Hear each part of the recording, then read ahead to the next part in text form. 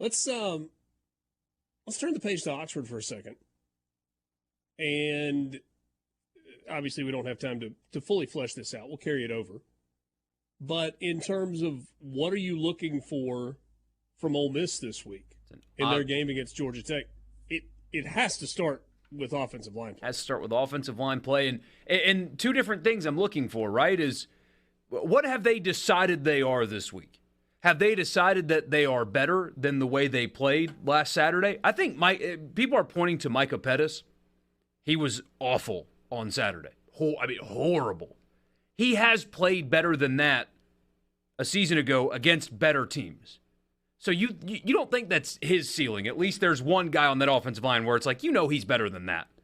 Why he didn't play well and why he looked like that is another conversation. But do they think that that's who they are? Are they just going to be bad up front? And if so, how do they adjust? Is it short passes, screen games, stuff like that? Or do they believe that that's not them? They are better than that. Maybe a minor tweak here or there and line up and just run the football at Georgia Tech. And if they do it that way, are they successful? If they are not, they're in trouble. One of the interesting things about what Ole Miss is doing on the offensive line right now is they're not necessarily playing the people that you thought they were going to play. Yeah.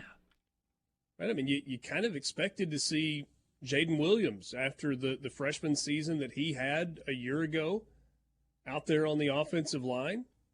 And you haven't seen a whole lot of that. You kind of expected to see Eli Acker. And instead, you've gotten Victor Kern at left tackle. And Acker's played a little bit, but there's been a lot of Quincy McGee there as well. So we'll see. So the question, what are you looking for from Ole Miss this week? And I think most people are going to kind of start where we did just a second ago. And that's with offensive line play. It all kind of goes together, though, the offensive line and running game. So, Borky, I would use the same logic that you use with Mississippi State throwing the ball. If you throw it 27 times versus 17 times, but they're all short passes, is that necessarily an improvement in the passing game? Well, if Ole Miss in the running game were to break two long runs because of defensive busts, does that mean they ran the football well? Say you had two carries that combined for 120 yards, and you ended up running it for 160, 170 in the ballgame. Does that mean you ran it well? Or does that mean you just took advantage of a couple of busts? And maybe it's kind of all the same thing. But what I'm looking for in terms of offensive line play is Ole Miss's ability to average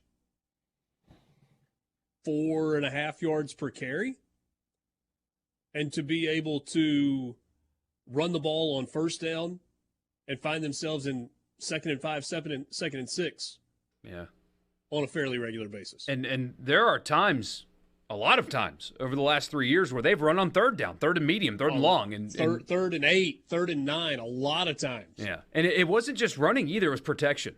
And I keep harping on this.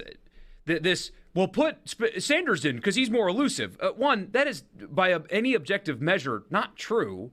And two, Dart should have been sacked a dozen times in that game if he wasn't so good in the pocket.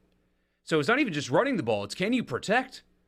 Can you allow your quarterback to have some time to read a defense and make throws where you didn't have that opportunity very often in New Orleans last week? He was not protected well.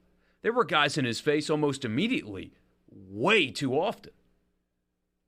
So I've got a question for you, and maybe you as well. Hey, Dad, I know you watched the game or were able to watch the Ole Miss game against Tulane more closely than I was. And, Borky, you consumed every second of it and rewatched it, I think.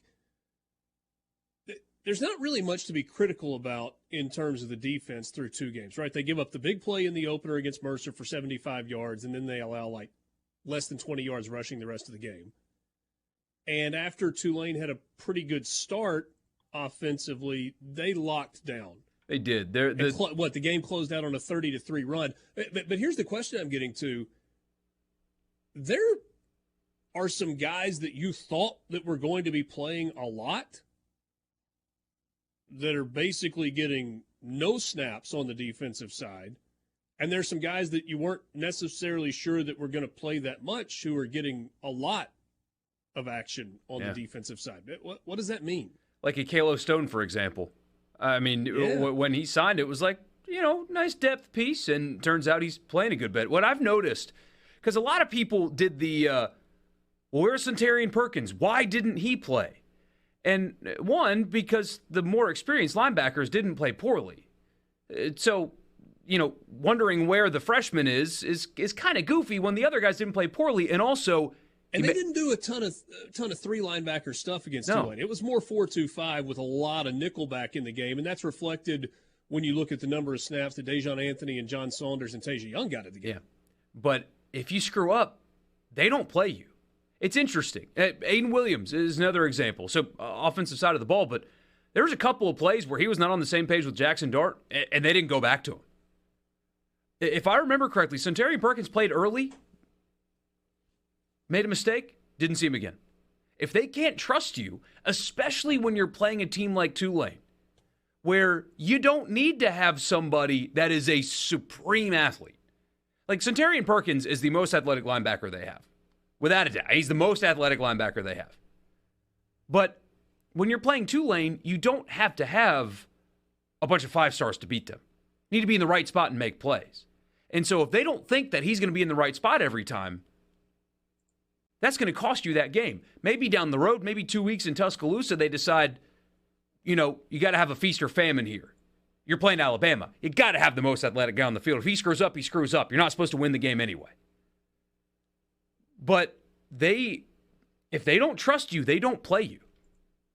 And that's a rather consistent thing over the last 3 years in 2 games, is if you screw up, they're not going back to you.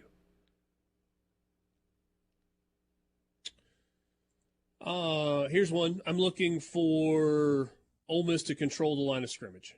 Clearly control the line of scrimmage, particularly on the offensive line. So I thought that's where there were big periods where Tulane quite clearly looked to be better up front. And a couple of folks chiming in with a prediction. Here's one. I predict that at the end of the year, Tulane will not be as good as Arizona. Arizona had 2 wide receivers that will be drafted in the NFL, and they play a much harder schedule than Tulane. And Tulane played their back. I don't know that we were necessarily comparing the caliber of opponent this past weekend, but okay,